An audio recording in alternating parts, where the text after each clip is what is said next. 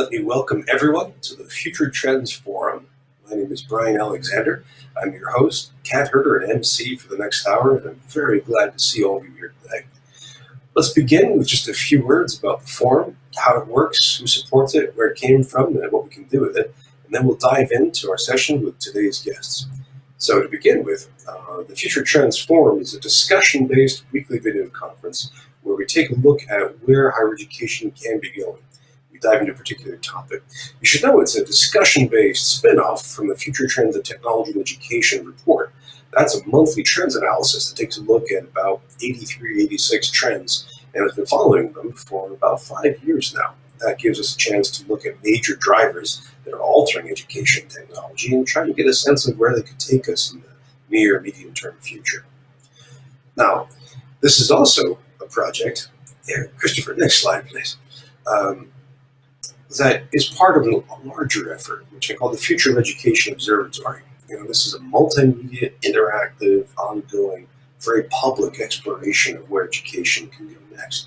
So that includes this forum, that includes FTTE, that includes a very active blog, it also includes a book club, which is going on right now, and it may include a couple other projects coming up down the road. So if you haven't seen it, go to futureofeducation.us and read more.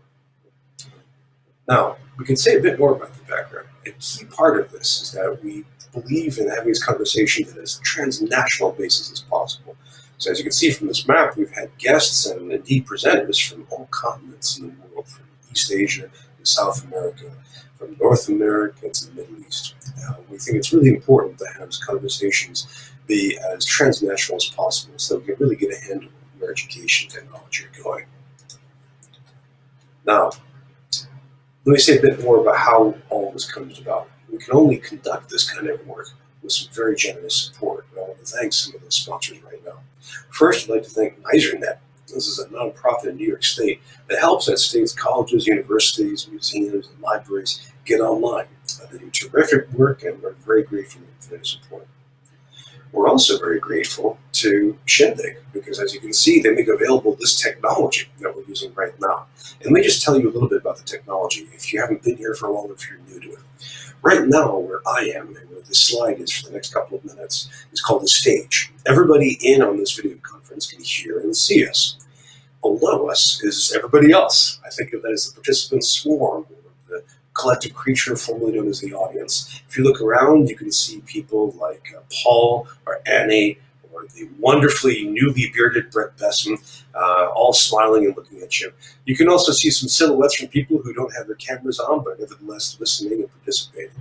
And if you want to talk to one of those people in a private conversation, simply double click on them. And then if they want to talk to you, your two icons will click together. You'll have your own private audio-visual conversation.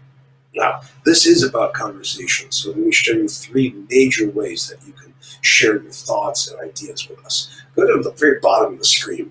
There's a white strip running along it, and that has 3 of those channels. So on the far left edge, you'll see a number with some heads on it. And the number I'm seeing right now is 46, no, 48.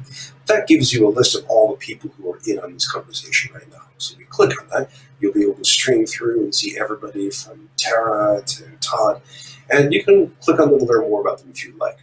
Now, next to that icon on the white strip is a little chat box. And if you haven't used it already, click that and it will pop a chat box that lets you chat with the nearest 18 or so people who signed into this video conference with you. So that's a really handy way to have quick reactions and conversation. And I've had people often share questions they're thinking about or links that come with the course of the conversation. So that's one way. Next to that chat box icon is a circle or an oval with a question mark on it. If you click that, you can quickly type in a question or a comment that we can then flash on the screen for everyone to see, and I can read out loud for everyone to hear. And people often do that if their video camera or microphone aren't working very well. So that's the second option. And the third option, that is the most fun, most powerful, is that raise hand icon. If you click that, it tells us that you'd like to join us up on stage. And so when there's a pause in the conversation, when the moment is right, we'll beam you up, and you'll be able to sit up here and talk with me and our 2 guests today. We can hold up to 4 people at a time, so it's a lot of fun. Think of it as a panel that anyone can join and participate in. So those are 3 ways you have to communicate please take advantage of them. This is a very, very discussion-based event. And we're grateful to Shindig for making the technology platform available. We're also grateful to another group of people. We're grateful to the dozens of people on Patreon who support my work. If you haven't been there before, Patreon is a crowdfunding site like Kickstarter or GoFundMe, which lets people creatively fund and support a creative person, someone who's making music or poetry or dance. In this case, making media about the future of education. So you go to patreon.com/Brian Alexander, you'll be able to see the dozens of people who contribute as little as $1 a month. And the more people contribute, the more they get extra special favors and goodies that we share along the way. So we're very, very grateful again for their support, and we couldn't do it without you. Now, that's how this forum works. That's where it came from. That's how we'd like it to be used. But now let's talk about this week's guests. I'm very, very happy to have two extraordinary people on for all kinds of reasons. We have Bonnie Stewart, who is currently the coordinator of adult teaching at the University of Prince Edward Island. And we also have Natalie Deckard, who is the assistant professor of sociology at Davidson College. The two of them together are leading a MOOC, a pop-up MOOC, a 2-week-long online class called Engagement in Time Polarization. So I'm delighted to have these people here for a few reasons. One is the class is awesome. The second is we have a transnational conversation because we have Canada and the US represented. A third is because these are two awesome people. And a fourth is there's a little connection with a book club reading we did 2 years ago about We Make the Road by Walking, which helped inspire our bond conversations, which I think helped feed into this class. So let me welcome the two of you. Hello, Bonnie. Hello, Natalie. Can you hear me okay? Hi, thanks so much. We're so happy to be here today. Thanks for the welcome. Oh, yeah, it's great to see you, both of you. Bonnie, I've got to ask, how cold is it up there?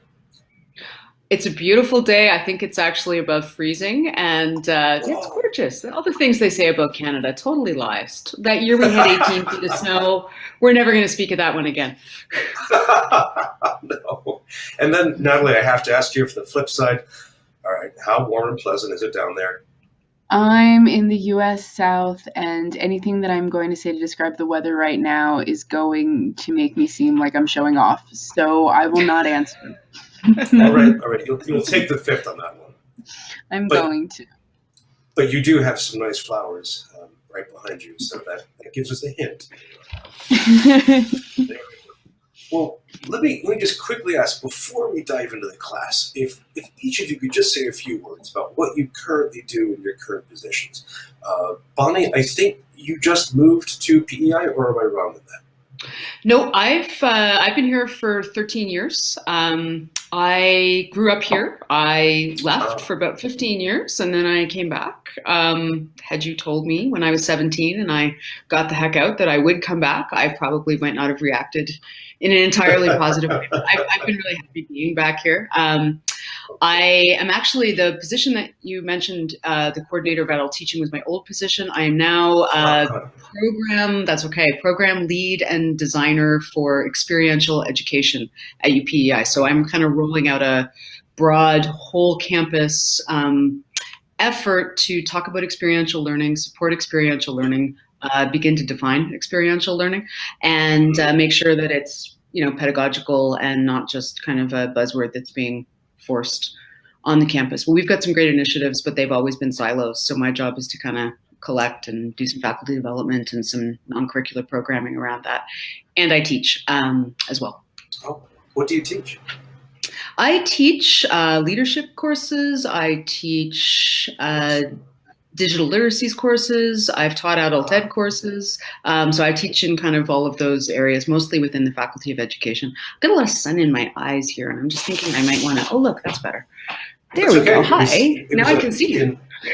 But in February, that warm sun was very pleasant. I appreciate it. Yeah, it's almost like a spring day, actually, here, so no complaints. Let's hold on to that. And you get to cross the silos. And meanwhile, Natalie, as a professor of sociology, tell me what you're researching, what you're teaching now. I'm a political sociologist, so my first interest is always how does our political system, how do our political decisions reflect who we are as a society? What does that mean? What does it say about us? Okay, so there's this understanding of the law as a set of rules. Those set of rules are only the incarnation of what we think is appropriate. How do we arrive at that? I teach classes on migration, right? The ways in which the criminalization of the migrant body is inherent to the construction of an us, right? Who's that us? I teach I teach a political sociology class every semester because that's my baby. I also teach classes on critical criminology and collective behavior. So, in the context of hashtag engagement, the overwhelming concern for me is how do we understand ourselves to be disenfranchised or enfranchised based on our positionality at some particular moment, and how can we work to affect positive change for people in terms of their enfranchisement? What are the ways that historically we've understood collective action to be for social justice, to be for the collective good? What are the ways in which that's gone terribly wrong? And where are the opportunities that are brought on by this particular political moment? I think a lot of these questions are being asked in the edX right now, and I'm really pleased to be a part of it. Broadly, the participants in this MOOC are blowing my mind. It's good stuff. We'll talk about the MOOC in just a second. I wanted to welcome you both and say, unfortunately, Professor Deckard, our time has lots of great fodder for your research and classes. I hope we can turn that around in some way. Well, welcome both of you. We're going to talk about your class, your MOOC. But let me just invite everybody to ask questions. I have a whole raft of questions and comments, and I admit to being biased. I'm a student in the class, although a dilatory one. And so I will have questions based on that perspective. I'm also one of the people who coined the term MOOC, so I have that on my shoulders like some kind of terrible curse. But I would love to hear your questions and comments. And remember, again, from the bottom of the screen, you can just click the text chat, the ask button, or especially raise your hand, because that way you can be a fourth person up here on the screen. So to begin with, let me ask, the class has been going on for 4 days now. How's it going? 4 days in, we're doing great. Considering it's only 2 weeks long, actually 4 days in, we've managed to get a really great flavor for the people involved in the course. One of the key things about this MOOC is we wanted it to be participatory, right? This is talking about participatory engagement, and both with Natalie's background, my background is as an adult educator and a digital educator. Participatory research is the kind of thing that I do, and so it came out of kind of that, I guess, thread, and our interest was in making it, as participatory or kind of put your ideas in as you can, as we were able to do within the constraints of a 2-week MOOC on a forum that's, edX is a fairly linear platform.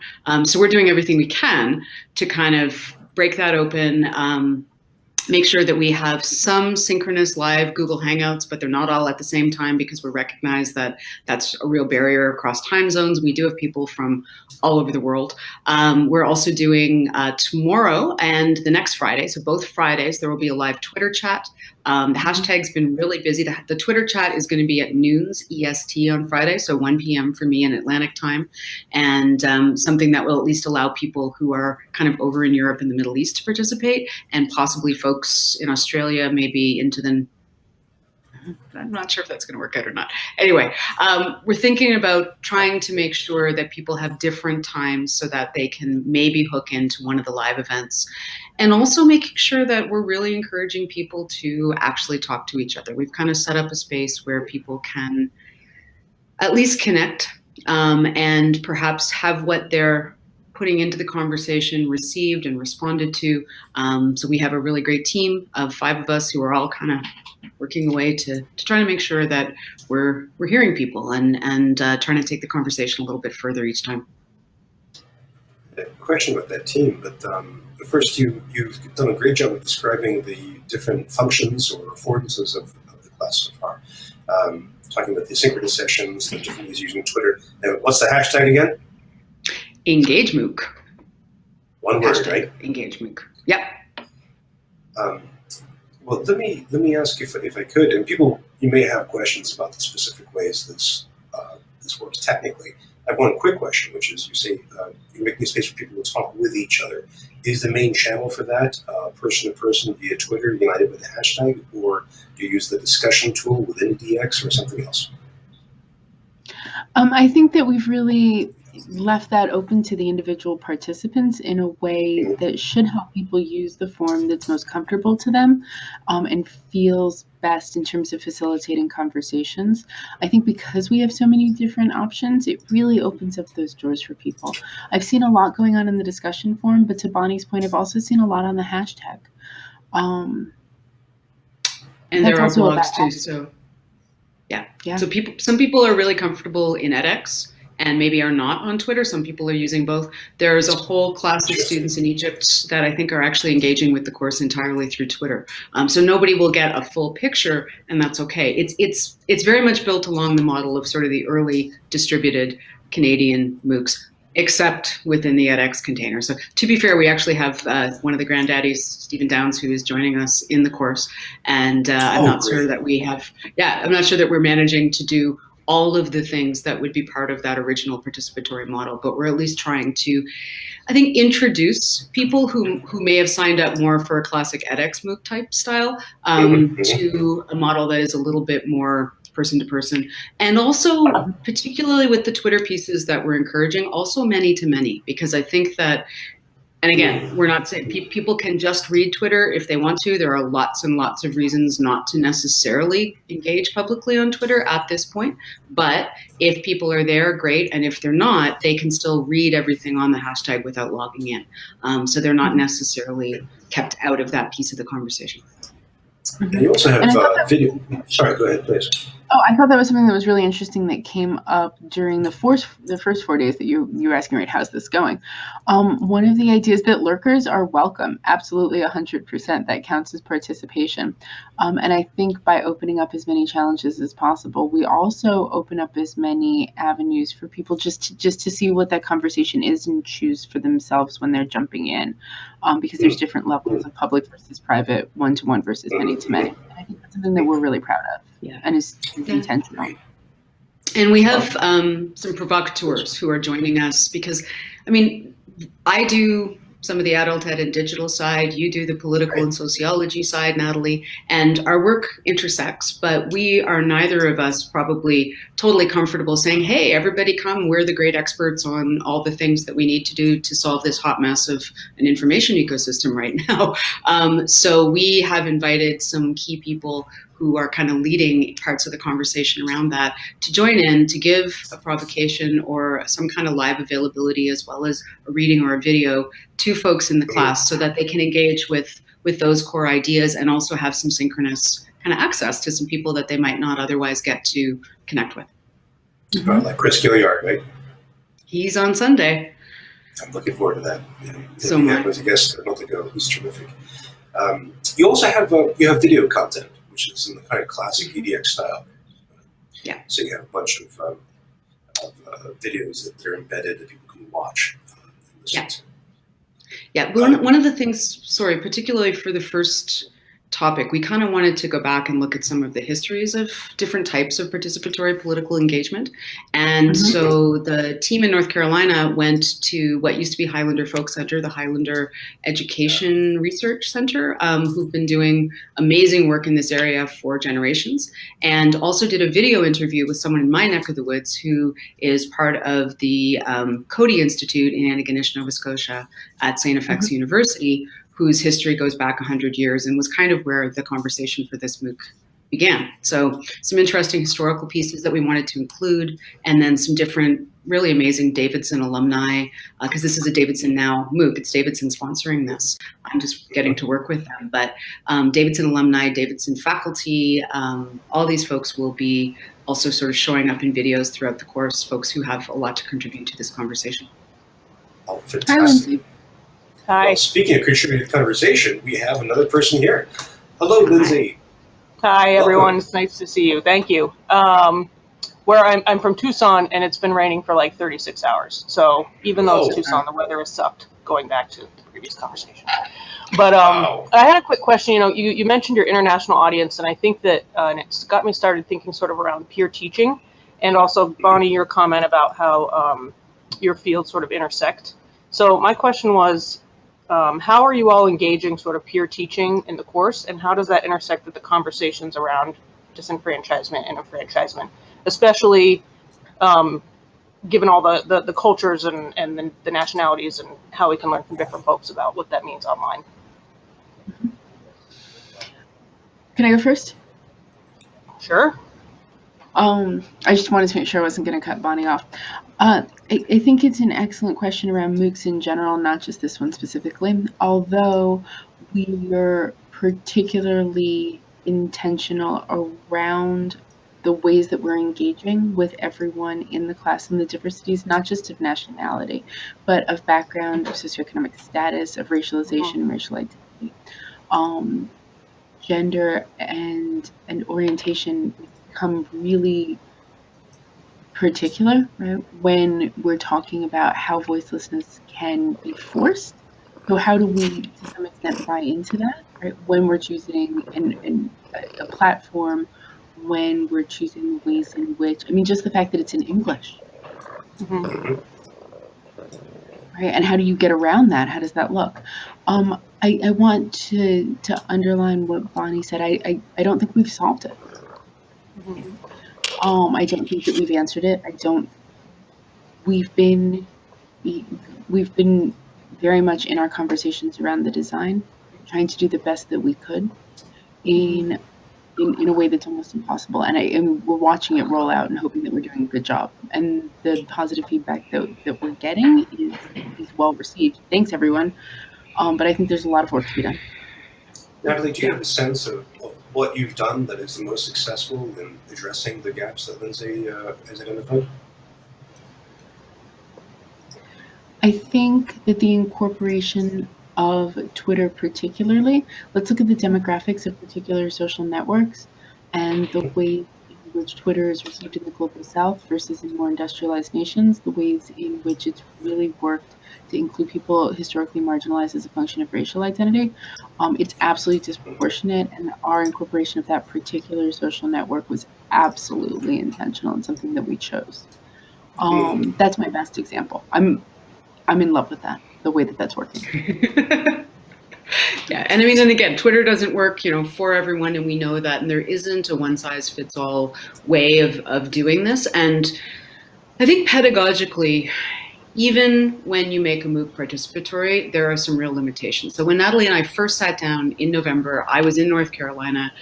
We met for the first time, kind of talked about sort of a teach the teacher, train the trainer model. We're thinking primarily about educators, media, and governance folks as our core audience, but everybody is welcome. Everybody, has a vested interest in kind of the political and information systems that we are all a part of, and increasingly that are globalized and increasingly that are manipulative. And so we wanted it to be accessible. Now, it's still pretty much, I'd say one of the places that we haven't fully succeeded is it's still pretty much largely an educator's MOOC. And I know that some of the language is probably off-putting to some people. There is a fairly steep learning curve. There is probably a bit of an inside baseball sense from some around this conversation, because some of us have been in it for a long time, and other people it's new, and that's okay, because everybody truly is welcome. But it is hard to onboard into a conversation that you're not used to having, sure, I guess, with peers and colleagues. But that one of the things that we are doing pedagogically, and it's a very small thing, but is tried to make we have 4 topics. Each topic has a single challenge, and most of the challenges are a bit of a provocation in and of themselves. And one of the things we were hoping was just that format would allow people to, in a polite, I guess, considered way, bring some different ideas up against each other and allow people to encounter each other that might not get to be in a conversation together. I think there can be, if people enter in good faith, and increasingly that's a conversation we need to have about the internet, and particularly, I think, about Twitter. So there are conversations that are happening more in the edX forums amongst people who might not all be willing to have that conversation on Twitter, but who are talking to strangers on the internet who don't normally talk to strangers on the internet. And even just that. And some of those people are, have been hanging around in these spaces for a decade, and others of these people are openly saying, I normally don't do this. I read the internet, but I'm not necessarily someone who engages on the web. And so those are the ways, to me, that relationships, or at least a sense that the web can be a place of relationships. That's how that gets built. And I see that as a really important pedagogical piece to what we're trying to do, and it's also very much dip in and out as you wish. So we don't expect that everybody will do everything. If you are kind of in the course, but you're like, oh my God, I haven't managed to do anything yet, that's okay. That's totally cool. If you show up for one hangout, super. If you are just reading along, super. Every kind of participation is genuinely welcome. But where we are encouraging people to actually engage and connect with others, we're trying to do so in ways that might be a little bit outside of opportunities that they necessarily have in an everyday way. Because we all need new ideas in order to kind of build a direction and try to make a difference. Totally. Great. Also, I don't think that we've spoken explicitly yet about diversity of learning styles. That was really something that we looked at when we talked about, okay, there are different ways in which we can engage in the course, and some people will put in a toe, some people will put in a foot, and some people will be long gone in the deep end. We absolutely were like, what are things that some people can watch? What are things that some people can read and annotate? What are things that people can do and document that they're doing and they're learning through this engagement? We have different ways, and I think that that's important and unusual in an edX model too. Yes, edX tends to be pretty uniform and linear. Will you just? I want to ask you a question that looks back, but looking ahead for a second, will you be able to document that diversity and variety? So when the 2 weeks are over, you'll be able to look back and say, yeah, we identified these 6 major styles of engagement, that kind of thing? I don't know that either of us count a lot in our research, do we?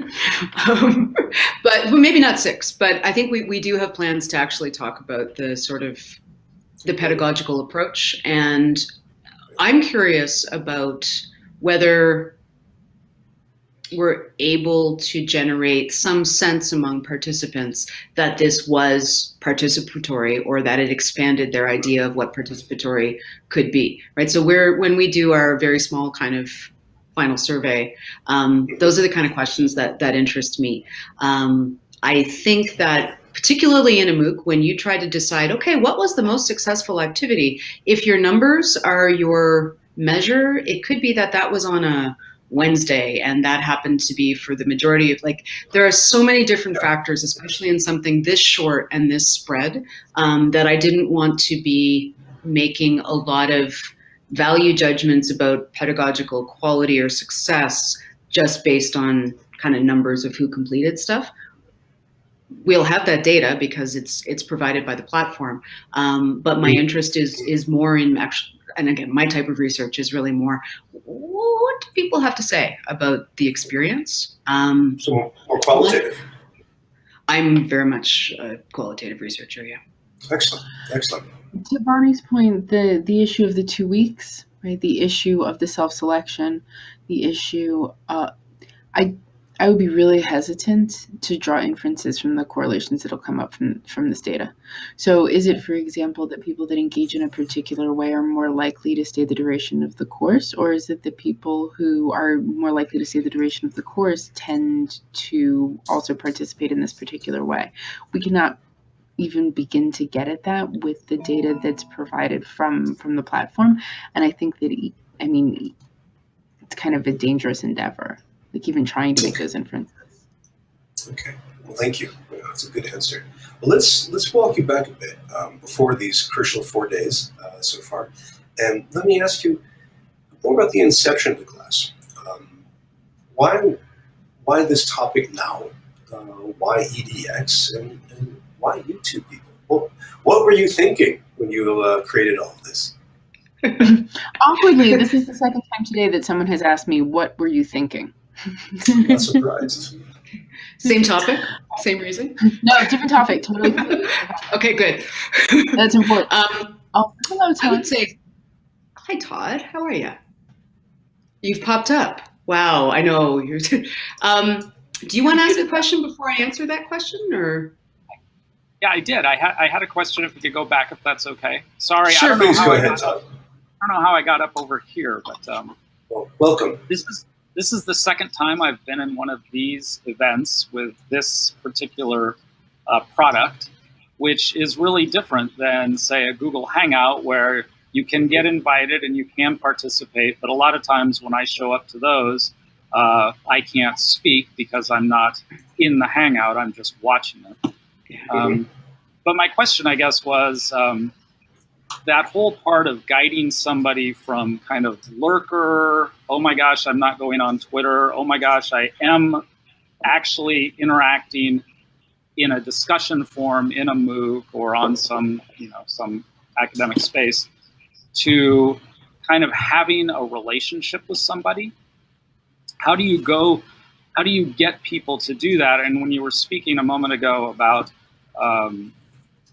kind of that arc of process in anybody's world, what interests me in my work is how frequently we forget about one-on-one conversations where you're actually looking at people like we are, and how easy it is to do that today with various tools, from Skype, Zoom, to this, to FaceTime, or whatever your tool of choice is. But also, even beyond that, just the telephone, just talking to somebody and helping them go from lurker to more active participant is so underutilized in most online spaces. And then, so that was just a comment about that more of this, where, why are you people just silhouettes? What are we doing with this space like that? And then you've been called out. Yeah, right. So, and then lastly, I guess, when you evaluate this stuff, it would be really interesting to hear in person people's experiences rather than getting that, just fill out this form and click submit, but actually asking them like this, what was your experience? Why did you not participate? And having that information in front of you as well, which is hard, anecdotal, hard to make sense of. But I think that it's building that relationship. I mean, going from lurker to having a relationship with the people in this community right here. That's huge, and it's so hard to get to. So anyway, that was my comment, and I had no question. I have no idea how I got up here. That sounded like a great question. Please. I want to decenter the idea of active participation in the way that we usually understand it and talk about it as the only, or even as the best, or as even desirable. I don't know how many people in the audience are have experience in like classroom settings, right? But I'm gonna do that for a second. At least once a semester, I have someone who has never said anything in the entire semester. Right. And it's desirable that you have people who are actively asking questions and answering questions and posing comments, because then you have a more dynamic classroom environment. But really, you just need a tipping point. You don't actually need 100% buy-in to that. Once a semester, someone I've never heard their voice comes to my office and has some kind of great thing to show me. And this class has changed their lives, and it's changed the conversation at their family dinner table 1,000 miles away. And I'm really reticent to buy into the idea that they have to change that model and be in the class in a way that some of my other more vocal students are, in order for the classroom to have been successful in its mission. I think that probably it's fine. It's just fine that I never make them. Right. Also, I want to draw out the degree to which we are sort of ableist in our thinking and in our model. We have a research assistant on this course who called me on this, right? Because I was taking this for granted in a way that frankly I'm uncomfortable with now.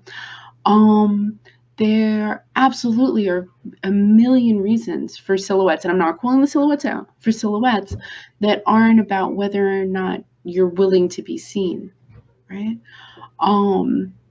because we tend to think of participation in the framework of choice as opposed to constraint, I think we're really comfortable thinking that people should choose to participate, as opposed to thinking through the ways that we can remove constraints on their option to. So yeah, those are all the things that come to mind. And I think that's a really good series of questions. These are things that I've been asking myself. I wish I could say for 4 days, but it's actually more like 10 years. I want to back up that opening up the constraints that are on people's choices, but leaving those legit. At the same time, I think that the way that I've been thinking for the last couple of days, because we've had folks who've been responding to our challenge number 1, and because John Perry Barlow died last week, and obviously sort of a founding thinker in terms of the concept of cyberspace, I said, hey, let's make challenge number 1 this quote from John Perry Barlow that's kind of provocational. I have very mixed feelings about John Perry Barlow's legacy. I like the Grateful Dead, not so big on the libertarianism, but there was this really great conversation that went around last week between John Perry Barlow and Bell Hooks, and it was from 1995, I believe. And in it, so we used that quote as one of our challenges, and folks have been responding to different pieces of it. But the piece that really stuck out for me was there's a point in the conversation where he talks about cyberspace as transactional. It's for transactions, relationships, and thoughts. And that was sort of the 1995 framework that he laid around it. And I've been thinking about, as I've been responding to people and their sort of first challenge ideas, I think one of the things that I've watched even in my time kind of online as a fairly engaged person shift with monetization, with increasing polarization, is that and frankly, just with metrics, that the transactional ends up being emphasized opposed to the relational or the thoughts. And so I came online first as a blogger, as a personal narrative blogger, watched kind of a world that I didn't even know exist grow. Todd, it grew through initially me kind of reading, but then I started to have those one-to-one conversations with people. People commented on my blog. I couldn't believe they commented on my blog. And I would go and comment on theirs, and we would build a little, and I had a sense of this person. And it was a time, when things were, I was not concerned about my words being screen capped and turned into my magnum opus that reflected all the thoughts I'd ever had. So there was less risk in that time, but I started to develop a sense of a network as a relational space, and the web as a relational space where I could have my thoughts, and sometimes you just have a transactional interaction, but for the most part, I saw it as a way to go and meet people and other scholars and other people doing stuff. And so I've had the privilege, even as I think the web has shifted and been shifted, of still having that robust network that is relational and focused on thought. And I've benefited from that hugely. But in terms of bringing people into that, now it is different to start out on Twitter. Now it is a different place to build relationships and take the risks that you need to share enough of yourself and make yourself, vulnerable enough, not even necessarily personally, but just to give out something that people are going to want to engage with, and to get that signal out when there's so much noise and people don't know who you are. It's hard to start.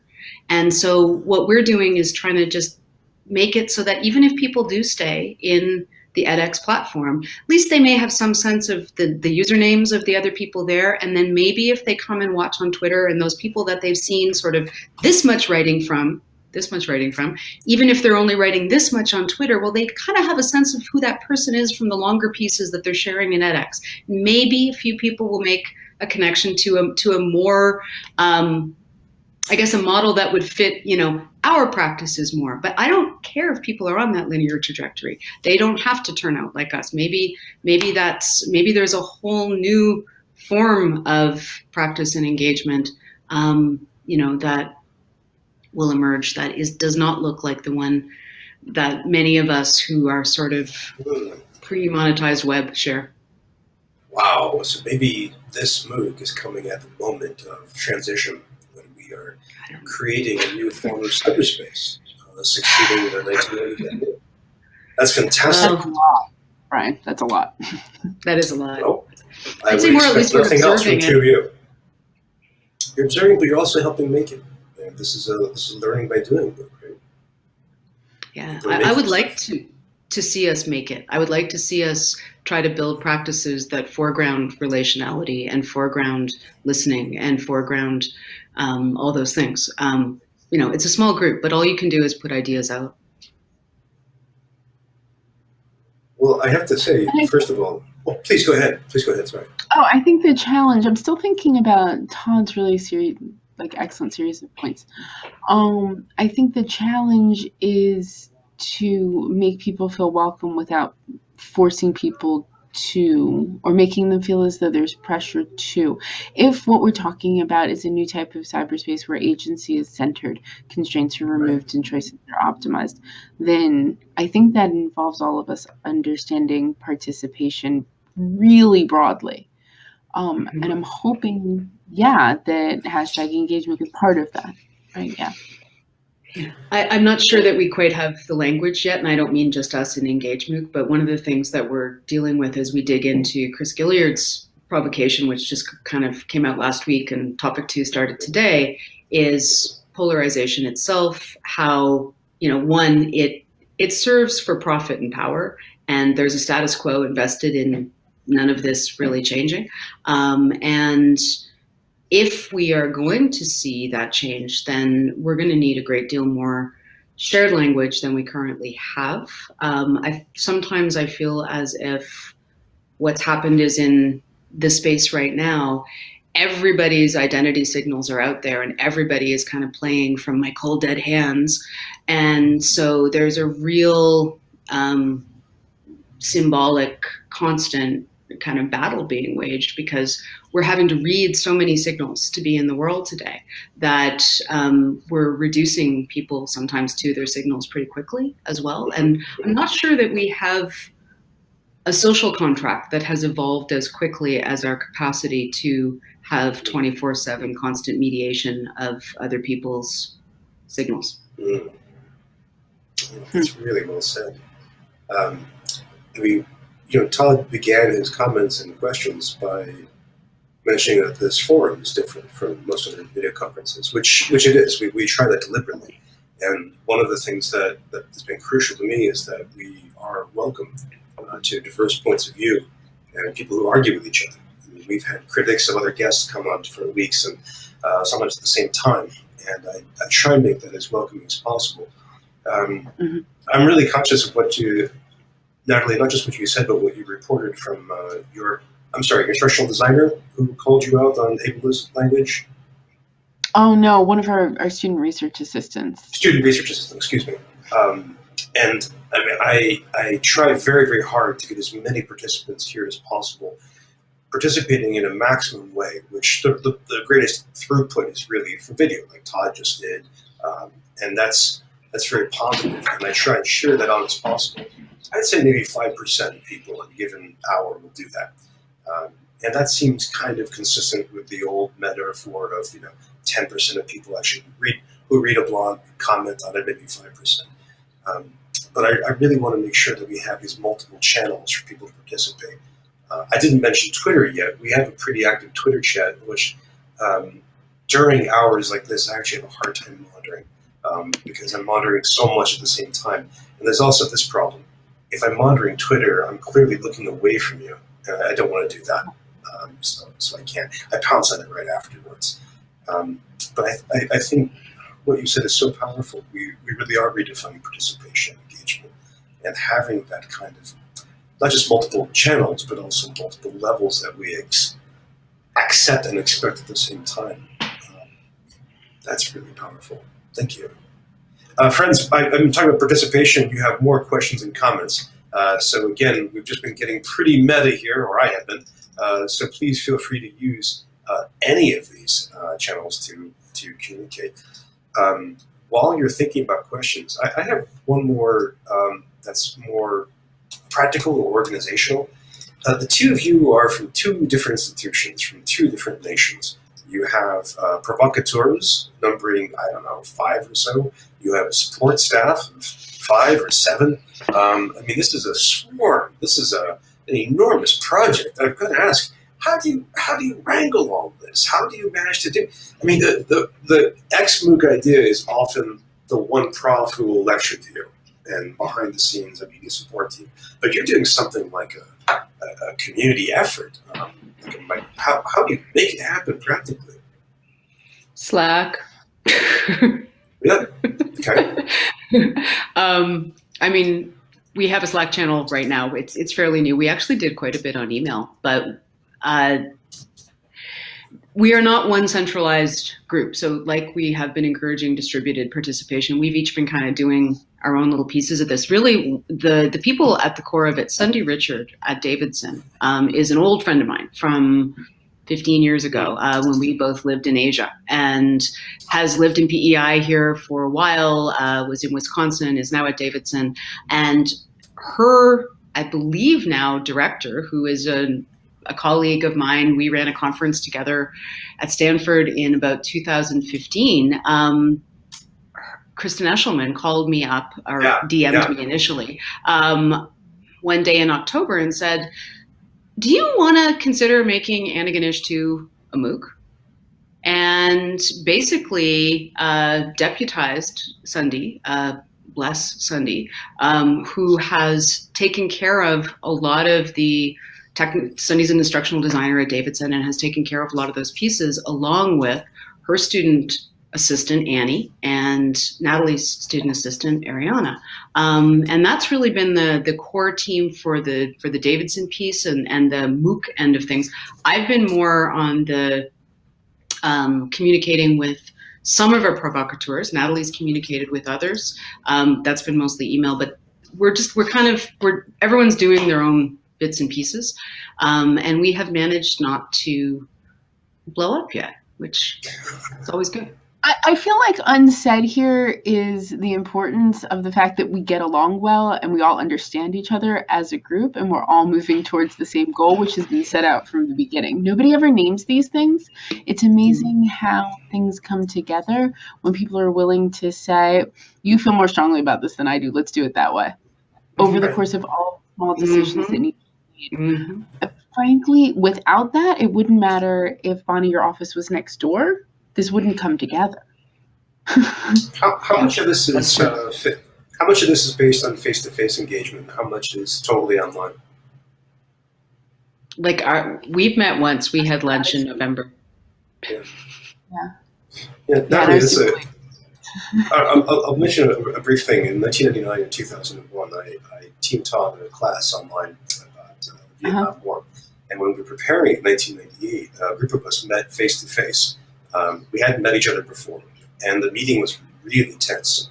It was really frosty. People were very formal, very polite. It was weird. I was trying to figure this out. I was the youngest member of the group, and we were discussing a potential joint syllabus, and people were getting nervous, and you could feel the tension ratcheting up. And finally, the eldest member of the group, who retired the year after, said, all right, this week we're talking about the Johnson administration's decision to escalate the war in Vietnam. They paused and said, and I think it was a bad decision. And suddenly we all relaxed. Everyone got comfortable because the ghost of that event was still there. And then we all agree, oh, fantastic. And we all became friends, and we've been friends ever since. But that sense of how you put it, the joint purpose, that certainly manifested right then and powered us through 3 years of teaching. And shared language, right? It's back to that sense that, okay, and this is the problem with polarization, is you realized you were on the same side. And I think we have always felt like we are broadly on the same side and can learn from each other. It's really difficult to let's be realistic. There are people who are not in this course, who would not want to be. And, those are much more difficult conversations to have and much more difficult work to do, which is part of what we hope to get into, at least, is how do we address those things without adding to the polarization? How do you speak up for what you believe in without making it worse? Yeah, that's hard work. And I mean, I would love to see what would happen if, say, someone from 4chan was in the class, or a Philippine troll army member, or an American alt-right who is really obsessed with calling out Republicans for being conservatives. I'd be really interested to see how those conversations played out. Have you had any of those conversations so far? No, and don't wish them on us. Only in the sense that there are different ways of engaging, but there's also one of the things that's really important, I think, about the last few years on social media. I talk about it as tactical Twitter, but sort of the intentional and tactical use of media to polarize, or of any channel to polarize and to express a polarized view. And so if somebody comes in not in good faith, if somebody comes in with, because I don't know that we have always mapping political beliefs, because I'm not even in the US context, right? But at the same time, if somebody comes in, even with very different political beliefs from all of us, that's okay. But if they come in with the intention of trolling a space like this, I have watched that happen in MOOCs and groups before, and it destroys it.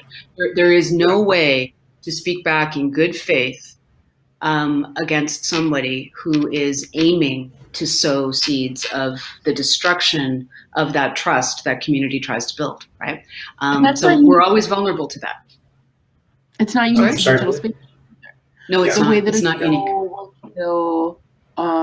MOOC is the way that the same type of discourse, the same type of honest malevolence will kill any space, clear out a party in, Yeah.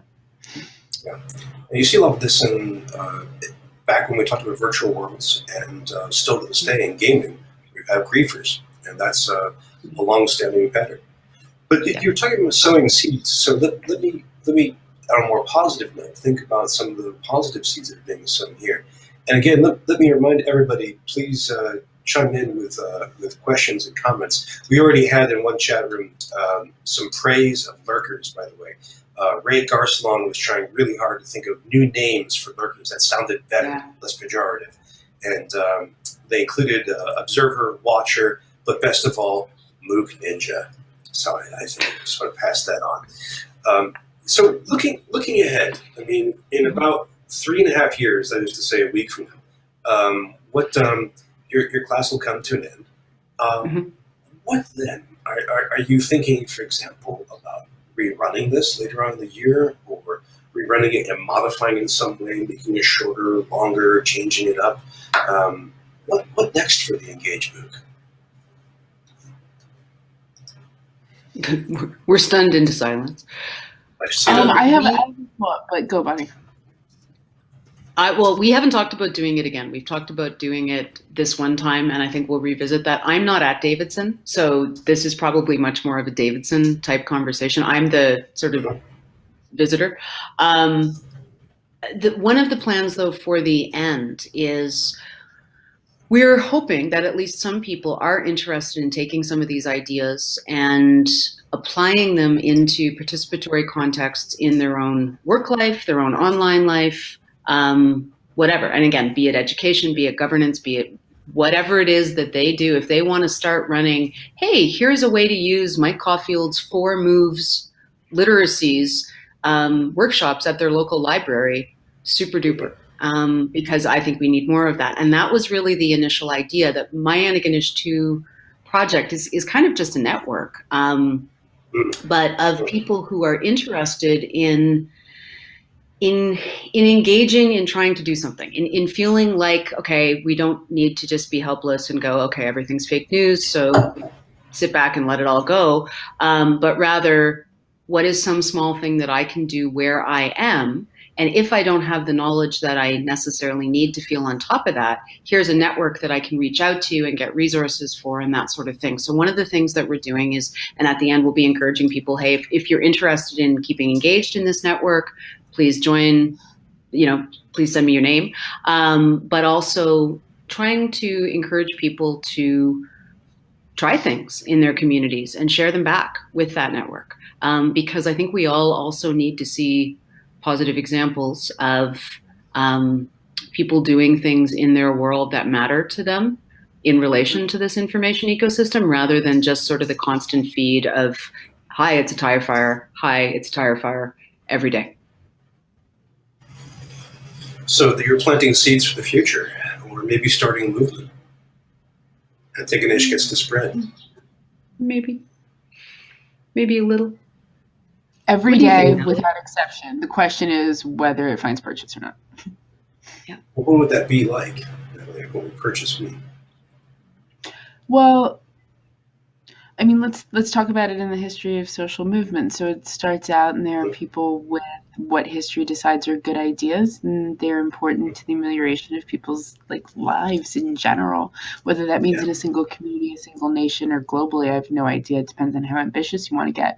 But certainly, Bonnie and I exist. The entire team exists, right? In this history, what we'd love, right, is to see a digital space that works to empower rather than to tamp down and slowly destroy. We're all in the same space in that we'd love our informational ecosystem to be one that is not just relevant, but true. I know true has a bad reputation now, but I'm gonna say it. Objective truth exists. Whoa. I know I sound like the people like that.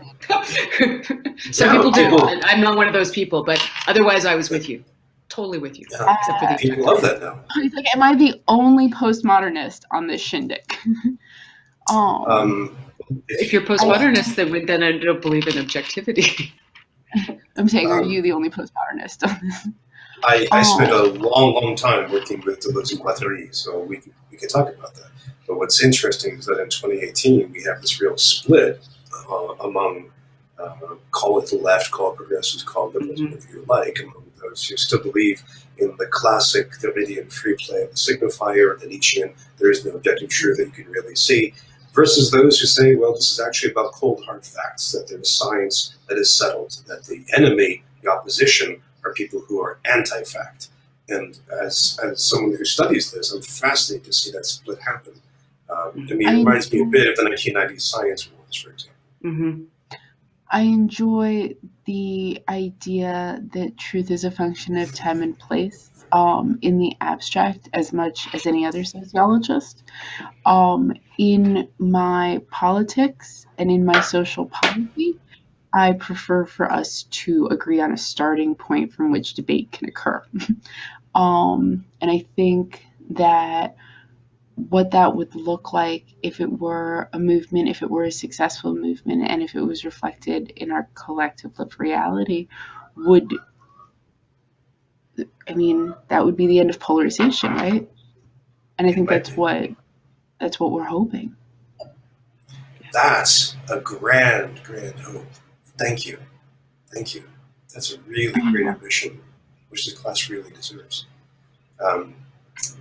Friends, we have 2 minutes more. I want to make sure that we have time for your questions. People seem unusually thoughtful, unusually quiet, and it may be that they're simply stunned into silence by all of you, or they're meditating on the idea of being not lurkers, but shindig forum ninjas. So I'll make sure people have time for more questions. Or just listeners. Can I throw in something that I saw just to follow up on not so much the postmodern end. I was trained as a post-structuralist. But I agree that I think we also need some kind of shared terms on which to have a functional society.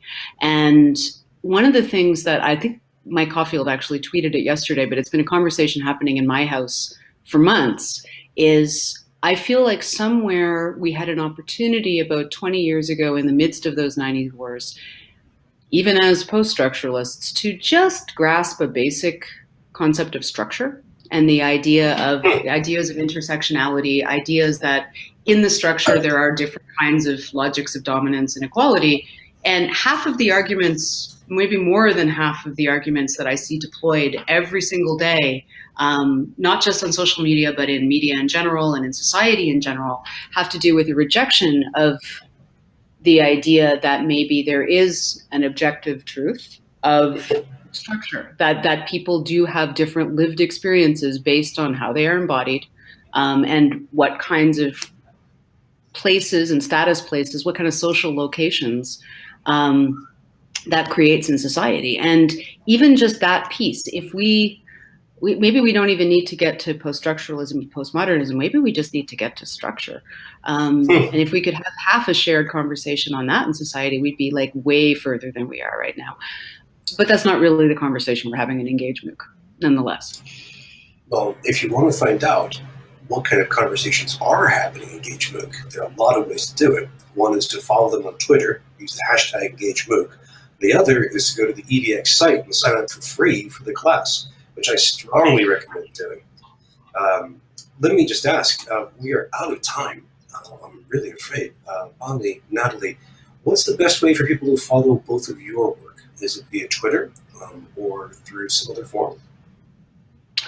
Twitter for me. For me, yeah, absolutely. I'm at Professor Natalie, Nati. Which is excellent. Yep. And you're, I think, and Bon I'm Stewart. At Bon Stewart. At Bon Stewart, yep. Excellent. Friends, please join in on this conversation. Please follow the class as far as you're able to participate. This is tremendous, really, really important stuff. I think we'll look back on this 2 weeks of a pop-up CMOOC as one of the great events of 2018. I want to say that I'm honored, very honored, to have both of you here asking so many fantastic questions and sharing from your beauty with the great minds. Thank you so much. It's a pleasure to be here. Thank you very much for having us. Have a wonderful rest of your day, every single person. Thank you. We'll try. Now, friends, that had a whole series of themes that we've touched on in the forum before, including how to teach online, how to collaborate, and what participation means online. These are powerful, powerful themes that we're going to return to and elaborate and explore just now. Looking ahead, let me point towards next week. Next week, we'll have Nigel Cameron, who is the President Emeritus of the Center for Policy and Emerging Technology. His focus is on how automation changes society. So he has some very, very provocative thoughts about that, including how automation can change education, teaching, and learning. So please chime in for that one next Thursday.